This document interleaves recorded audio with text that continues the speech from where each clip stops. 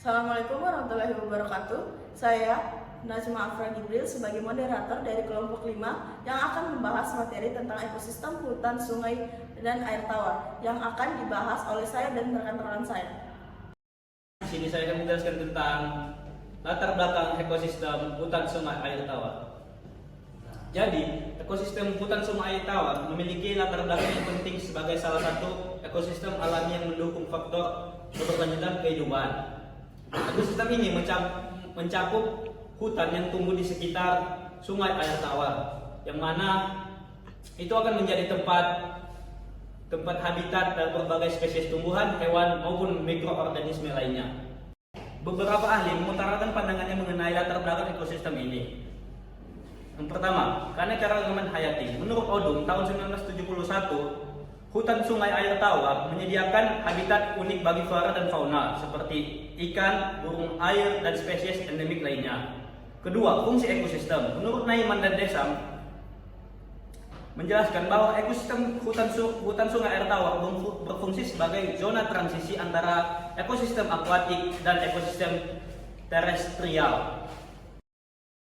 Ancaman dan konservasi. Menurut Turner tahun 1998, ekosistem sungai air tawar sangat rentan terhadap perubahan lingkungan seperti deforestasi. Apa itu deforestasi? Deforestasi ialah penebangan hutan secara liar yang mengakibatkan berkurangnya jumlah luas hutan dan merusakkan lingkungan, serta pencemaran lingkungan dan perubahan iklim. Serta yang terakhir adalah nilai sosial dan budaya. Menurut Berkes tahun 2000, dia menjelaskan bahwa hutan di sekitar sungai sering memiliki nilai budaya dan nilai spiritual bagi masyarakat lokal, yang menjadikannya penting untuk dilindungi melalui pendekatan berbasis. Perkenalkan, nama saya Najma Afra Gibril. Di sini saya akan membahas materi tentang tujuan pembahasan ekosistem hutan, sungai, air tawar. Yang pertama adalah memahami karakteristik ekosistem, mengidentifikasi komponen abiotik seperti air tawar, tanah, dan iklim, dan biotik seperti flora dan fauna dalam ekosistem hutan sebagai air tawar. Yang kedua, menjelaskan fungsi ekosistem, memahami peran ekosistem hutan, sungai, air tawar dalam menjaga keseimbangan lingkungan seperti mengatur siklus air, penyediaan habitat, dan penyaringan air. Yang ketiga ada mengenali ancaman terhadap ekosistem, memahami ancaman seperti deforestasi, polusi air, perubahan iklim, dan aktivitas manusia lainnya yang merusak ekosistem. Dan yang keempat ada mendorong kepedulian dan konservasi, yaitu menumbuhkan kesadaran dan pentingnya menjaga ekosistem hutan, sungai, air tawar. Yang terakhir ada mengembangkan keterampilan penelitian dan analisa, yaitu melatih siswa untuk mengumpulkan, menganalisis, dan menyajikan data tentang ekosistem hutan, sungai, air tawar.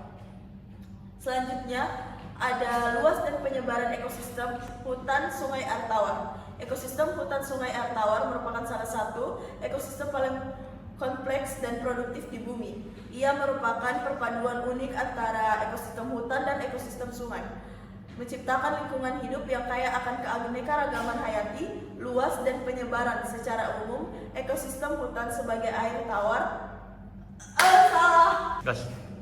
ekosistem hutan, sungai, air tawar dapat ditemukan di berbagai wilayah dunia, terutama di daerah tropis. Hutan hujan tropis memiliki banyak sungai yang mengalir melaluinya, menciptakan ekosistem yang sangat kaya. Dan kedua, ada di daerah subtropis. Beberapa sungai besar di daerah subtropis juga memiliki hutan yang tumbuh di panjang tepinya. Dan yang terakhir adalah daerah temperatur di daerah beriklim sedang. Ekosistem ini seringkali ditemukan di sepanjang sungai-sungai besar dan di daerah rawa.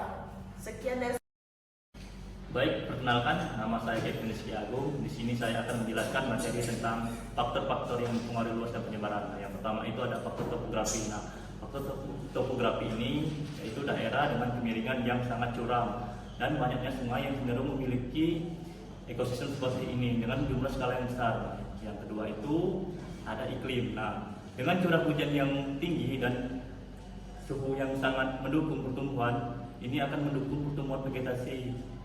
Nah, yang ketiga itu ada jenis tanah. Dengan jenis tanah yang subur dan kaya akan nutrisi, mendukung pertumbuhan vegetasi di sepanjang sungai. Nah, yang keempat itu ada aktivitas manusia. Nah, aktivitas manusia ini ada seperti pembangunan infrastruktur, pertanian, dan pertambangan, dan dapat mengurangi luas dan merusak ekosistem ini.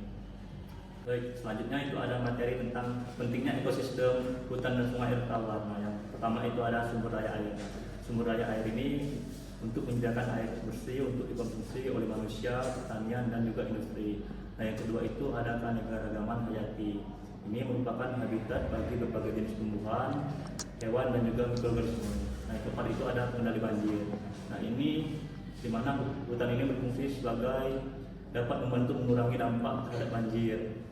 Nah, yang keempat itu ada penampungan karbon. Nah, ini untuk membantu hutan menyerap karbon dioksida yang dari atmosfer. Nah, yang kelima itu ada sumber makanan dan obat-obatan. Ini untuk menyediakan berbagai jenis makanan dan juga bahan-bahan obatan alami. Baiklah, perkenalkan nama saya Rahman Patra. Di sini saya akan menjelaskan tentang ancaman terhadap ekosistem. Yang pertama ada deforestasi, yaitu penebangan hutan secara liar yang mana dapat mengganggu keseimbangan ekosistem. Nah, yang kedua ada pencemaran, seperti limbah industri, limbah pertanian, dan domestik, yang mana mencemari air sungai dan merusak habitat organisme. Nah, yang ketiga ada pengalihan aliran sungai. Pembangunan bendungan dan saluran irigasi mengubah aliran sungai dan mengganggu ekosistem. Nah, yang keempat ada perubahan iklim. Perubahan iklim menyebabkan perubahan pola curah hujan dan suhu yang dapat berdampak negatif pada ekosistem ini. Nah, selanjutnya ada upaya pelestarian. Yang pertama ada pengelolaan hutan berkelanjutan. Melakukan penebangan hutan secara selektif dan menerapkan sistem tebang pilih.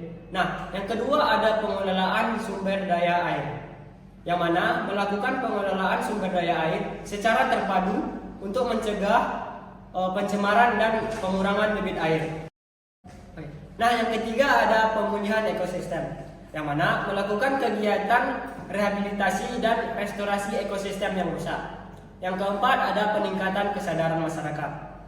Meningkatkan kesadaran masyarakat tentang menjaga kelestarian ekosistem. Nah, selanjutnya ada flora dan fauna dalam ekosistem Sungai Air Tawar. Nah, di sini ada flora yang tumbuh di ekosistem Sungai Air Tawar meliputi berbagai jenis tanaman air, seperti tanaman eceng gondok, tumbuhan mangrove di muara sungai, serta tanaman yang sering tumbuh di sepanjang aliran sungai. Selain itu, hutan riparian yang berada di sekitar sungai juga menjadi tempat tumbuhnya berbagai spesies tanaman. Nah, kemudian ada fauna. Adapun fauna yang hidup di ekosistem ini sangat beragam.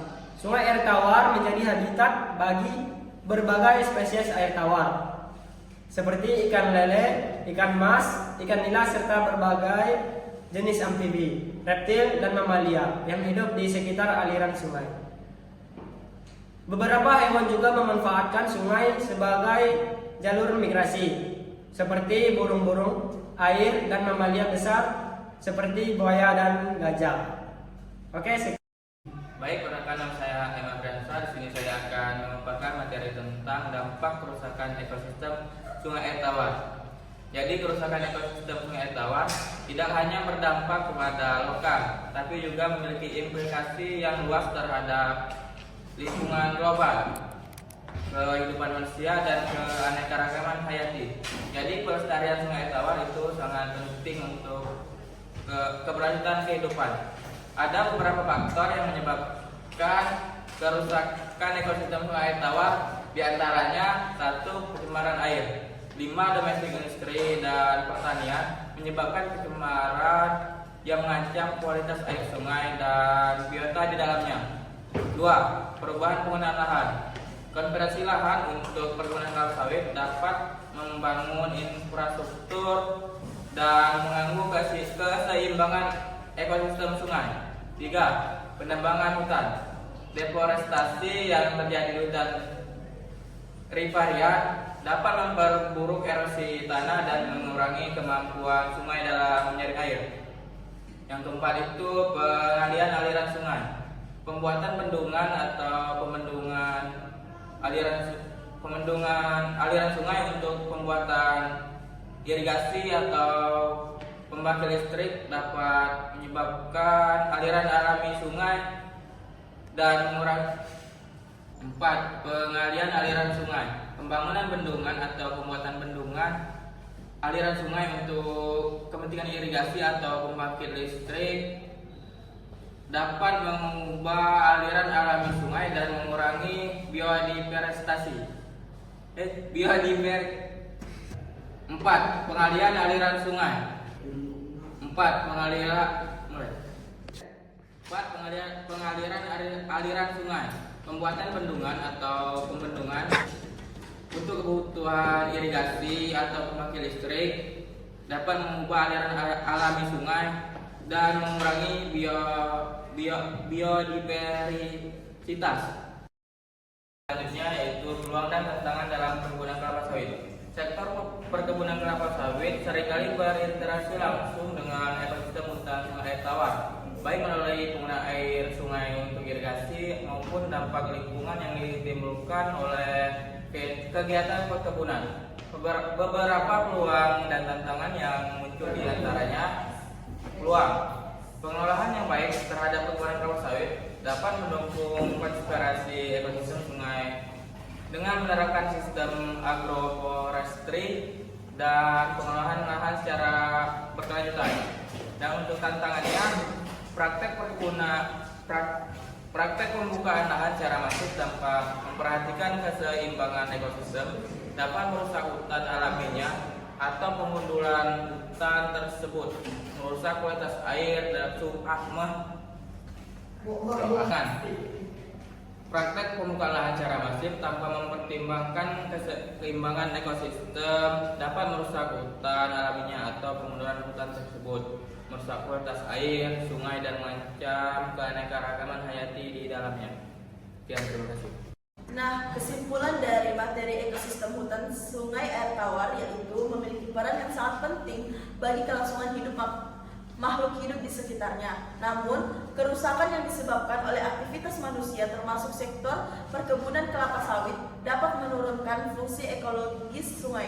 Oleh karena itu, diperlukan pengelolaan yang bijaksana untuk menjaga keseimbangan antara ketumbuhan ekonomi dan keberlanjutan lingkungan, serta menjaga flora dan fauna yang ada di dalamnya. Baik, cukup sekian presentasi dari kami kelompok 5. Presentasi yang diusai begitu cepat, sama halnya dengan dia yang kisahnya singkat tapi kenangannya melekat. Kami dari kelompok 5 pamit undur diri. Salah dan kurangnya mohon dimaafkan. Assalamualaikum warahmatullahi wabarakatuh.